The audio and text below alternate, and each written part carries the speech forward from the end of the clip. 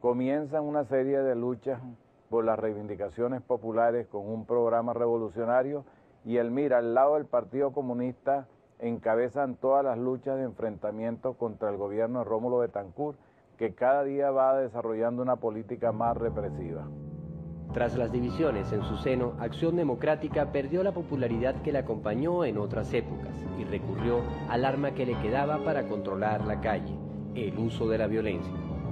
Llegaba la policía a pegar y a darle rolazos, tiraban bombas lacrimógenas, presos, heridos. No estaba permitido manifestar, no estaba permitido expresarse ni nada. El gobierno de Rómulo Betancourt ametralla y masacra en la Plaza de la Concordia una manifestación de desempleados.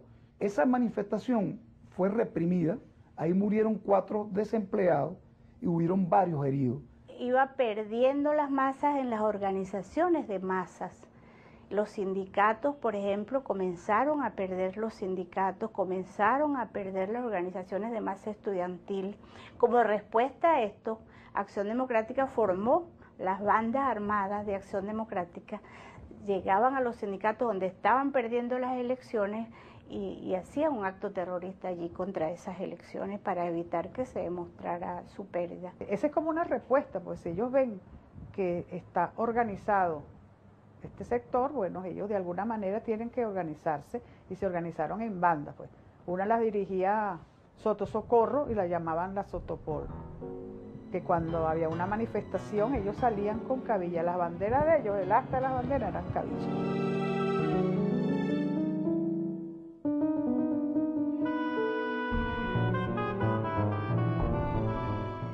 Lo buscaban en su casa, lo sacaban y se lo llevaban preso o los mataban. Eso era una práctica ya corriente de las bandas armadas de Acción Democrática. Una organización represiva completa que para mí tenía su base en núcleos internacionales donde participaba la CIA.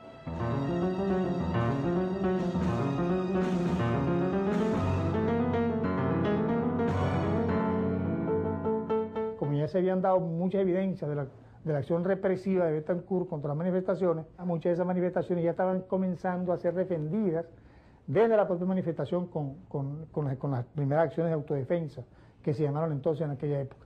Entonces la idea era evitar que esa manifestación pudiera generar alguna acción de violencia. Bueno, de pronto llegó la Guardia Nacional, pie, rodilla en tierra y le echó plomo. Ahí fue cuando definitivamente recogiendo heridos, sacando heridos, arrastrando muertos y sacando heridos, muchos dijimos no, definitivamente la acción no es la manifestación, la acción es otra.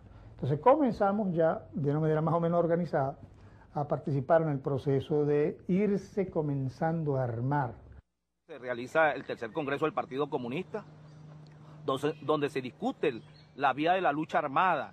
Guerrilla y surge el Frente Guerrillero José Leonardo Chirino. El partido llamó a la resistencia y aparecen los primeros fusiles, porque en ese tiempo era el FN-30, una cantidad de revolucionarios, de guerrilleros, que más tarde formaron parte de los frentes del país, los frentes que se crearon en el país, en el oriente, en la zona central del país, en el estado Miranda, y en el centro y en los llanos, y sobre todo la zona de Lara.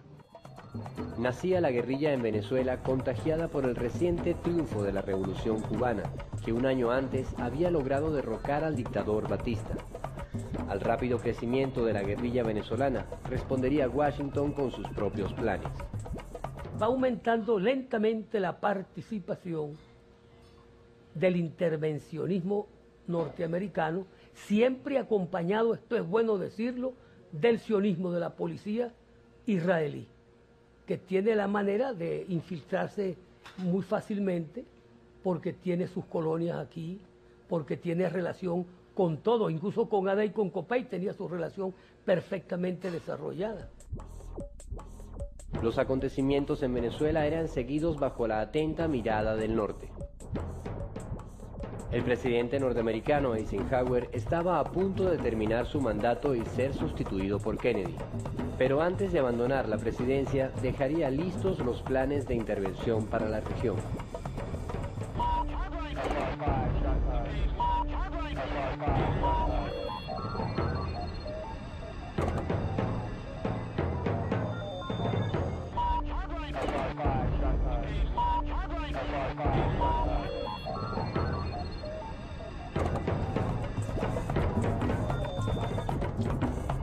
En Cuba, tras una larga lucha, el movimiento revolucionario había logrado derrocar al dictador Fulgencio Batista.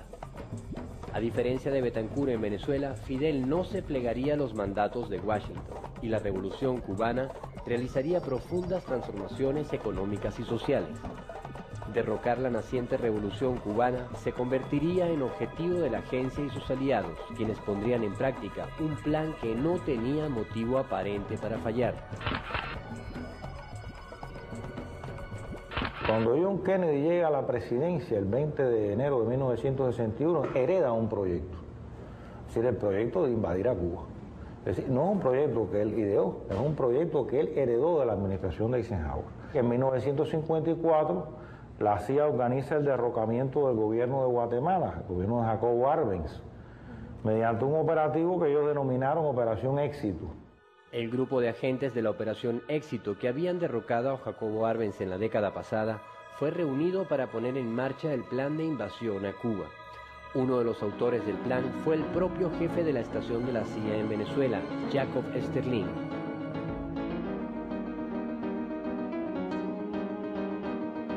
Van a buscar los mismos oficiales, los mismos jefes, los mismos personajes, las mismas ideas.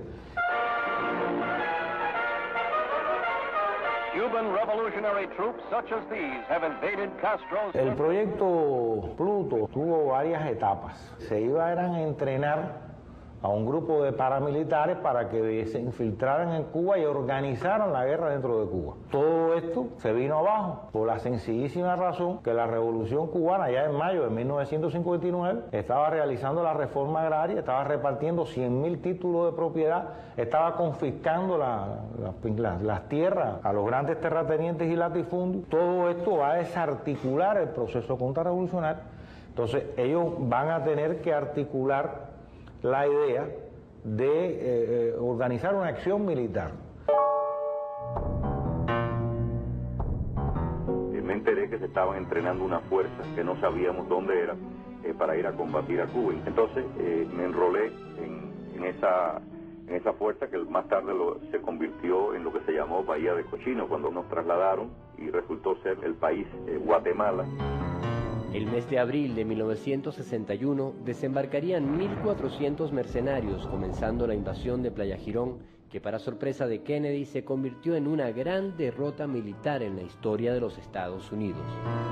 Se producen los hechos del 15 de abril. Viene una fuerza aérea con insignias cubanas a los aviones y bombardean los aeropuertos nuestros aquí de Ciudad de Libertad, San Julián y Santiago de Cuba. Una maniobra cínica muy descarada, muy baja, por supuesto, sin aviso previo. El 16 de abril desembarcaron por esta zona donde habían barcos portaavión, barcos con pertrecho de guerra, barcos que estaban manipulados, o sea, por norteamericanos. En realidad no eran como parte de ellos, que fueron los mercenarios pagados por la CIA, pagados por el imperio para agredir a Cuba. En nuestros barcos venían munición, venía combustible, venía la famosa estación de radio para transmitir al pueblo de Cuba. Desembarcaron de la partida y después tomaron posición en esta dirección. Tiraron la ofensiva hacia acá en lancha rápida, porque los barcos de ellos estaban estacionados de la parte de atrás de la bahía, allá. El comandante jefe se da cuenta que el plan es crear una cabeza de playa para articular un gobierno que rápidamente lo iban a tratar de poner aquí en tierra y que se pudiera reconocer por la Organización de Estados Americanos. Por lo tanto, la orden que se dio era que teníamos que avanzar para liquidar la invasión en el menor tiempo posible. Cuando nosotros tiramos la ofensiva, ya ellos entonces empezaron a reembarcarse, a tratar de impedir ser capturados